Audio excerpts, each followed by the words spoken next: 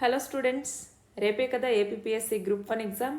ఎలా ప్రిపేర్ అయ్యారు? మరి బాగా ప్రిపేర్ అయ్యాము అనేవాళ్ళు కొంతమంది, ఏదో అలా అలా ప్రిపేర్ అయ్యాము కొంతమంది, లేదు వన్ డే బ్యాటింగ్ లాగా చదువుతున్నాం అనేవాళ్ళు కొంతమంది, లేదు డైరెక్ట్గా నేను ఎగ్జామ్కే వెళ్ళి రాస్తాను తర్వాత చెప్తాను అనేవాళ్ళు కొంతమంది. అవునా?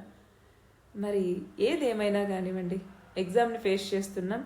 టఫ్గా వచ్చినా ఈజీగా వచ్చినా కూడా భయపడకండి, టెన్స్ అవ్వకండి. ఆఫ్టర్నూన్ ఎగ్జామ్ మీద ప్రభావం అనేది పడుతుంది.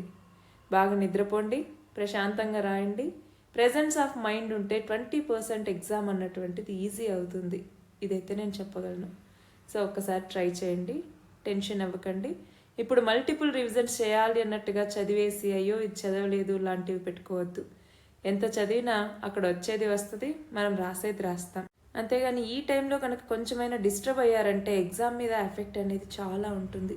అలాగే ఇంకొక విషయం, ఓఎంఆర్ బబ్లింగ్ అన్నటువంటిది చాలామంది లాస్ట్లో చేద్దాంలే అనేసి లాస్ట్ హాఫ్ అన్ అవర్ పెట్టుకుంటారు. అప్పటికి ఇంకా క్వశ్చన్స్ రాలేదని చూసుకుంటూ లాస్ట్ 20 minutes అనుకుంటారు. మధ్యలో ఒక్క చిన్న బబ్లింగ్ దగ్గర మిస్టేక్ అయినా మొత్తం పేపర్ పోతుందండి. చాలామందిని చూశాను ఇలాగా. సో ఆ మిస్టేక్ చేయకండి. ఎప్పటికప్పుడు ఆ ప్రశ్నకి బబ్లింగ్ చేసుకునేలాగా చూడండి. మనకి ఆన్సర్లు వచ్చి మరీ బబ్లింగ్ మిస్టేక్ అయ్యి మార్కులు పోవడం అనేది చాలా బాధాకరమైన విషయం. సో ఆ మిస్టేక్ అనేది మీరు చేయొద్దు. All the very best for your exam.